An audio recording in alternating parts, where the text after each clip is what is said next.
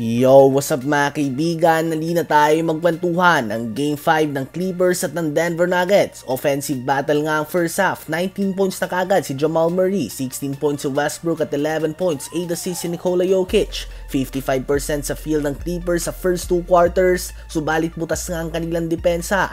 Kaya naman nahawakan pa din nga ng Nuggets ang 67-59 lead sa halftime. Sa second half naman, it was all Nuggets mga kaibigan. Dominant performance nga mula kay Jamal Murray, Nikola Jokic at Russell Westbrook at hindi nga natutuwa ang Clippers owner Steve Ballmer sa pinapakita ng kanyang dating player. Nagliyab nga si Murray sa game na ito hanggang sa tuluyan ng nakuha ng Denver Nuggets ang dominant win at may magkakataon na silang tapusin ang series na ito sa Game 6. Habang si Maxi Kleber naman ay in-upgrade na nga ng Lakers from out to questionable ang status sa must-win Game 5 nila kontra sa Minnesota Timberwolves. At kailangan nga talaga siya ng Lakers dahil kitang-kita naman na kulang sila sa big man sa series na ito at nilalamon sila sa pinta ng Wolves. Hindi natin alam kung handa na ba siya maglaro ng playoff basketball, lalo na't matagal-tagal na din nga siyang hindi naglalaro at ngayon ay agad siyang isasabak sa playoff basketball na napaka-pisikal.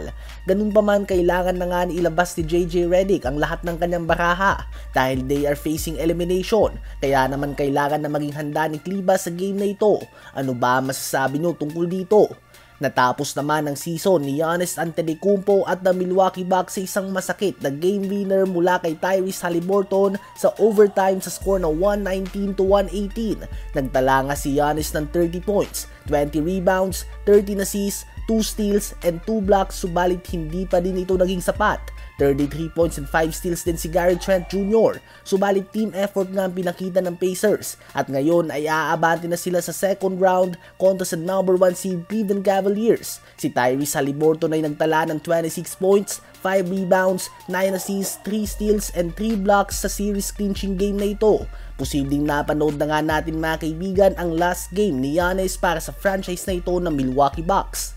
Hindi naman sumuko ang Detroit Pistons at in-extend nila ang series kontra sa New York Knicks. Tinalo nila ang Knicks sa bahay nito sa dikit na score na 106-103. 24 points, 8 rebounds, and 8 assists si Cade Cunningham. 22 points, 7 rebounds si Ausar Thompson. At 17 points, 8 rebounds, 4 blocks si Tobias Harris. Dahil sa panalo na ito ay may Game 6 pa nga tayo na gagawin sa home court ng Detroit Pistons kung saan 0-2 pa nga sila. Napakadikit nga ng series na ito so far mga kaibigan.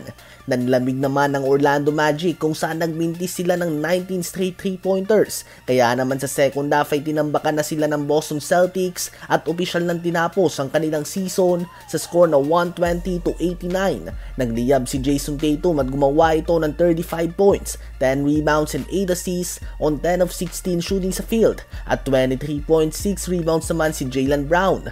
Ang Celtics ay naghihintay na lamang ngayon sa mananalo sa Pistons versus Knicks, habang ang Magic naman ay magbabakasyon na.